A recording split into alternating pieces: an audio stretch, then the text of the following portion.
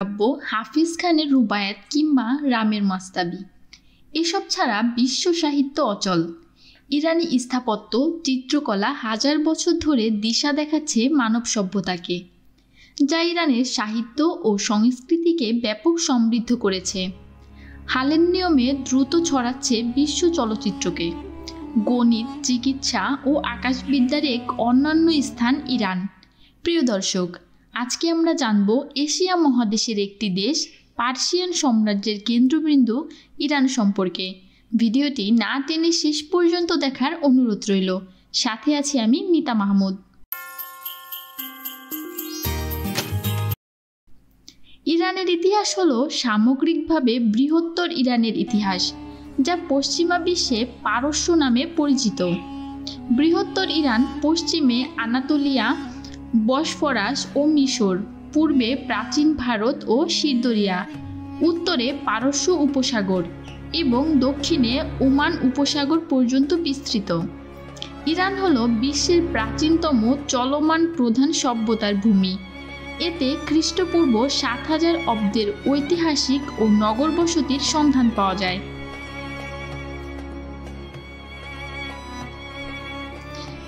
Iran একটি বহু সাংস্কৃতিক দেশ, যেখানে অনেক উপজাতীয় এবং ভাষাগত দল রয়েছে। বৃহত্তম পারস্য ৬১%, আজারবাইজান ১৬%, কুর্দিস্তান ১০% এবং লরি ৬%। ইরান পৃথিবীর প্রাচীনতম কাল থেকে শুরু করে বর্তমান পর্যন্ত অস্তিত্বশীল বৃহত্তর সভ্যতাগুলোর মধ্যে অন্যতম। ইরানের ইতিহাস হাজার হাজার বছরের, যার সূচনা হিসেবে বলা যায় ইরানি প্লেটে অবস্থিত আজারবাইজানের মানিয়ান সভ্যতা। ইরানের প্রাচীনতম সভ্যতা ৮০০০ বছরের ইতিহাসের সাথে এটি পিরানশাহ শহর। ইরান দক্ষিণ পশ্চিম এশিয়ার একটি দেশ। দেশটির বৃহত্তম শহর এবং রাজধানী তেহরান। এটি সাংস্কৃতিক এবং অর্থনৈতিক কেন্দ্র। বাংলাদেশ থেকে প্রায় ৪০০০ কিলোমিটার দূরে অবস্থিত। দেশটির আয়তন ১৬,৪৮,০০০ বর্গ কিলোমিটার। ইরান বাংলাদেশ থেকে প্রায় ১১ গুণ বড়। ২০২৩ সালের হিসেব অনুযায়ী দেশটিতে প্রায় ৯ কোটি মানুষ বাস করে। ইরান নামের একটি ইতিহাস আছে। পারস্যের একটি এলাকার নাম ছিল পারচ্য। পারচ্য অর্থ জ্ঞানীদের ভূমি। বোঝা যায় যে একটা সময় সেখানে জ্ঞানীগুণীরা বসবাস করত। ১৯৩৫ সালের আগ পর্যন্ত সারা বিশ্বে ইরান পারস্য নামে পরিচিত ছিল। দর্শক, ইরানের ইতিহাস সম্পর্কে জানতে হলে আমাদেরকে অনেকটা পেছনে যেতে হবে। প্রত্নতাত্ত্বিক গবেষণা অনুযায়ী প্রায় ১,০০,০০০ বছর আগে থেকেই ইরানের মানব সভ্যতার সূচনা হয়। আর ঠিক সেই সময় থেকে ইরানে আরবদের অগ্রাসন সমগ্র পশ্চিমে এশিয়াকে প্রভাবিত করেছিল। হযরত মুসা আলাইহিস সালামের জন্মস্থান মক্কা আন্দোলনের কেন্দ্রে পরিণত হয়। আরব মুসলিমরা ইরান এবং বাইজেন্টিয়ন জয় এর মাধ্যমে এটিকে বিশ্ব আন্দোলনে পরিণত করেছিল।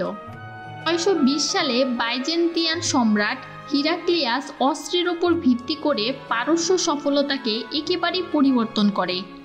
তার উদাহরণ হিসেবে বলতে গেলে হিরাক্লিয়াস ৬১৪ সালে জেরুজালেম, ৬১৭ সালে চারসিটিম দখল করে। আরব মুসলিমরা ৬৩৬ খ্রিস্টাব্দে পারস্য সাম্রাজ্যে ও সাসানীয় সাম্রাজ্যের আক্রমণ শুরু করে। ৬৫১ খ্রিস্টাব্দে সাসানীয় সাম্রাজ্যের পতন ঘটায়। বিংশ শতাব্দীর শুরুর দিকে ইরানের রাজবংশের মাধ্যমে শাসনকার্য পরিচালনা করা হতো। ১৯৭৯ সালের ১১ ফেব্রুয়ারি গণ অভ্যুত্থানের মাধ্যমে রাজতন্ত্রের পতন ঘটে। সেই সময় থেকে ইরান একটি ইসলামিক প্রজাতন্ত্র প্রতিষ্ঠিত করে। রাজতন্ত্রের পতনে ইরানীয়দের সামাজিকভাবে একত্রিত করেছিল। এর আগে ১৯৪১ সালে শাসক মোহাম্মদ রেজা শাহকে নির্বাসনে পাঠিয়ে তার ছেলে মোহাম্মদ রেজাউল সিংহাসনে বসেন। ২ শতক ধরে ইরান আরব ইসলামিক সাম্রাজ্যের অধীনে ছিল। সংবিধান অনুসারে ইরানের রাষ্ট্রধর্ম ইসলাম। এখানকার শতকরা ৯৯% মানুষ শিয়া মুসলমান। তারা জাফরি শিয়া মতবাদে বিশ্বাসী। এর আগে বেশিরভাগ ইরানের শাসনের সাম্রাজ্যের জরোস্ট্রি ধর্মের বিশ্বাসী ছিল। জরোস্ট্রি ধর্মের প্রবর্তক জরোস্ট্র, তার নাম অনুসারে এই ধর্মের নাম হয়েছে। ষোড়শ শতাব্দীতে সাফাভিদ সাম্রাজ্য কর্তৃক শিয়া মতবাদের ধর্মান্তরকরণের পূর্বে ইরান ছিল একটি সুন্নি প্রধান দেশ। বর্তমানে ইরানের 4 থেকে 8% লোক সুন্নি মুসলমান। এদের অধিকাংশই কুর্দি ও বেলুচি।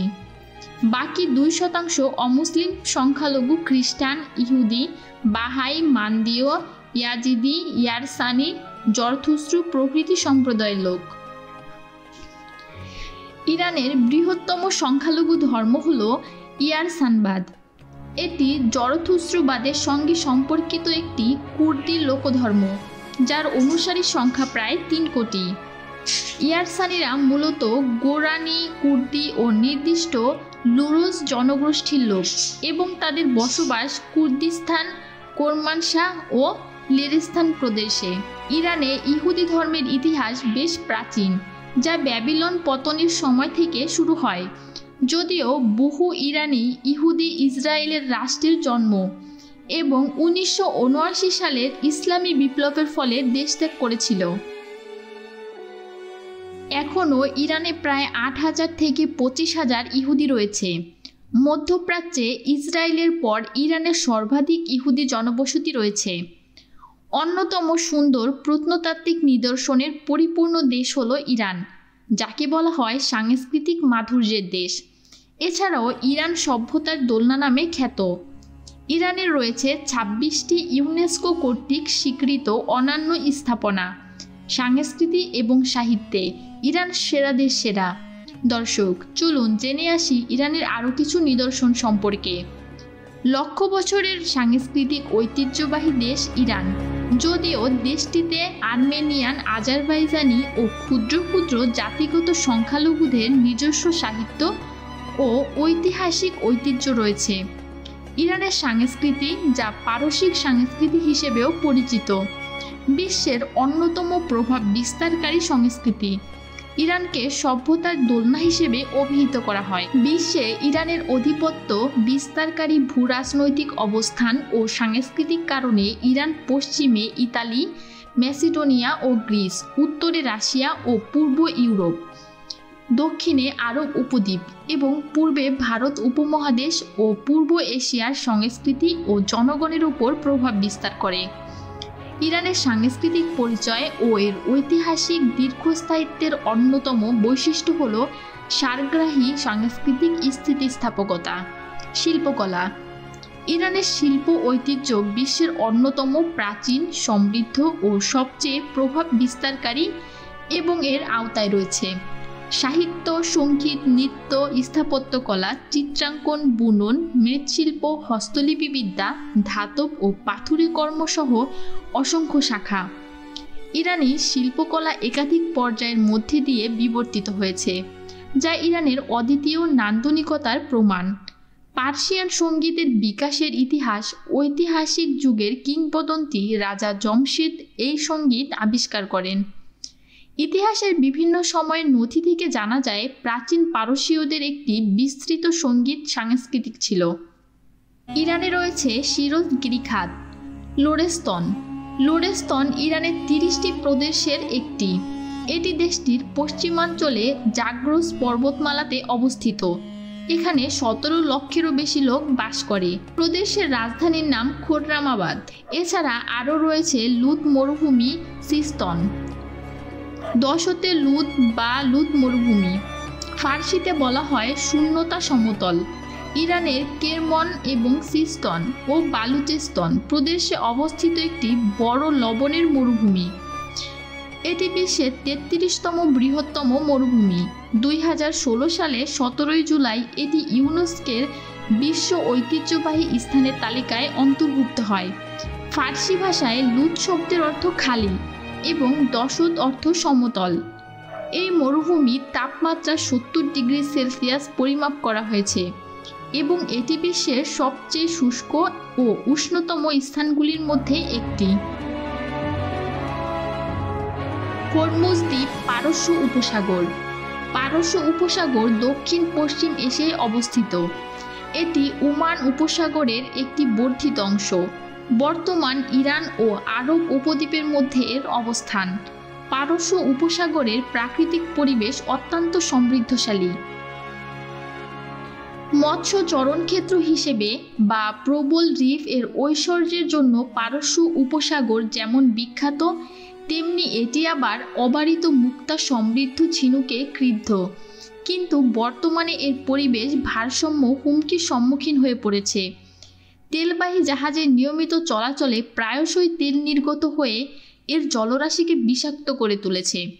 বর্তমানে বিশ্ব রাজনৈতিক প্রেক্ষাপটেও পারস্য উপসাগর অত্যন্ত গুরুত্বপূর্ণ হয়ে উঠেছে। ইরানে রয়েছে সর্বোচ্চ বিন্দু মাউন্ট দামেভান্দ, মাজেন্দ্রানের আমলে অবস্থিত এভারেস্ট, উচ্চতা ৮৮৫০ মিটার। ইরানের সর্বত্র পর্যটকদের জন্য আকর্ষণীয় অনেক ঐতিহাসিক স্থান আছে। বিশ্বের বৃহত্তম দালানটি অবস্থিত ছিল, তবে দুর্ভাগ্যবশত ২০০৩ সালে এক ভয়াবহ ভূমিকম্পে ২০০০ বছরের পুরনো দালানটি প্রায় পুরো ধ্বংস হয়ে যায়। এই একই ভূমিকম্পে বাম শহরের আরও অনেক প্রাচীন দালানও ধ্বংস হয়।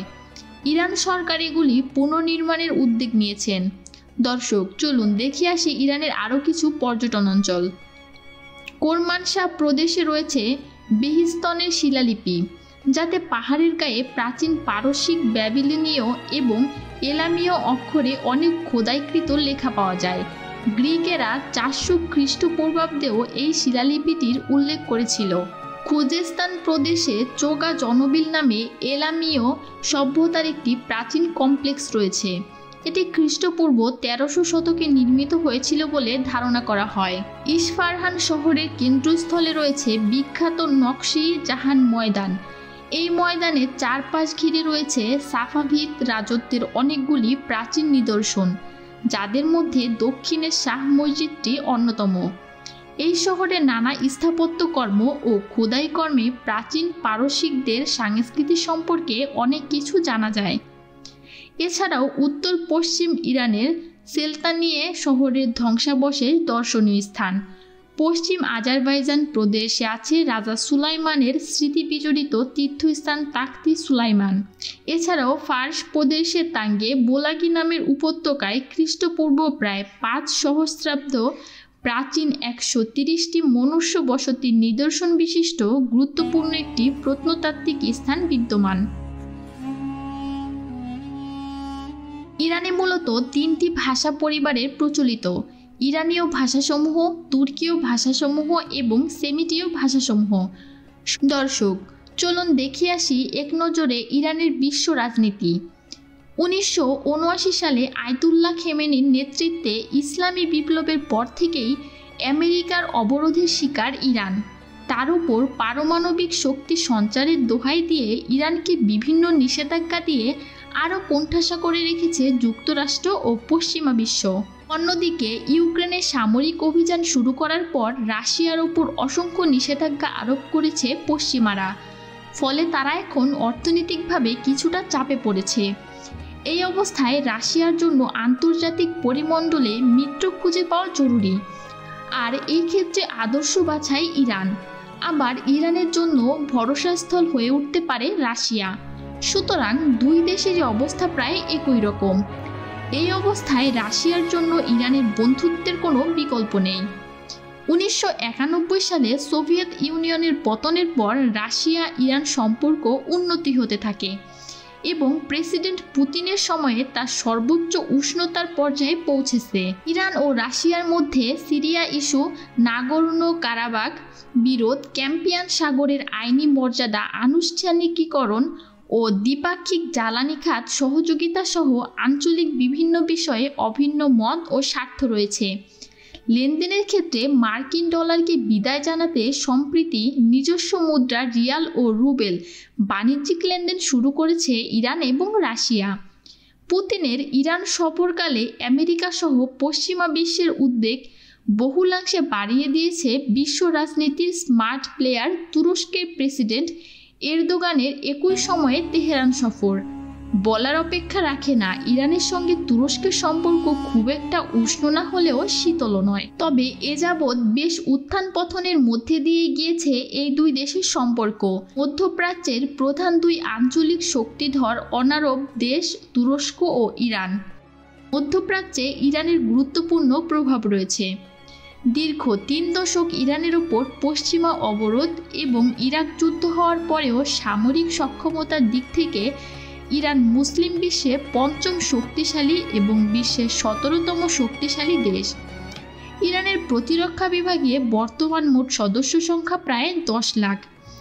ইরানের 19 বছর বয়সী সকল নাগরিকদের দীর্ঘ 18 মাসের সেনা প্রশিক্ষণ নেওয়া বাধ্যতামূলক। 5ম অবস্থানে থাকা যুক্তরাষ্ট্রের 41,009 কিলোমিটার জলপথের বিপরীতে 65তম অবস্থানে থাকা মরু দেশ ইরানের আছে 850 কিলোমিটার জলপথ। সার্বিক বিচারে অল্প কিছু ক্ষেত্র ছাড়া ইরানের তুলনায় যুক্তরাষ্ট্র বেশ এগিয়ে ও সুবিধাজনক অবস্থানে আছে। প্রিয় দর্শক, এখানে বিদায় নিচ্ছি, আবার হাজির হব অন্য কোনো দেশ নিয়ে। আর যদি চান আপনার পছন্দের কোনো দেশ সম্পর্কে জানতে, তাহলে আমাদের ফেসবুক পেজ কিংবা ইউটিউবে গিয়ে কমেন্ট করে জানাতে পারেন সে দেশের নাম। আগামী পর্বে দেখা হবে। সে পর্যন্ত সবাই ভালো থাকুন, সুস্থ থাকুন। আল্লাহ হাফেজ।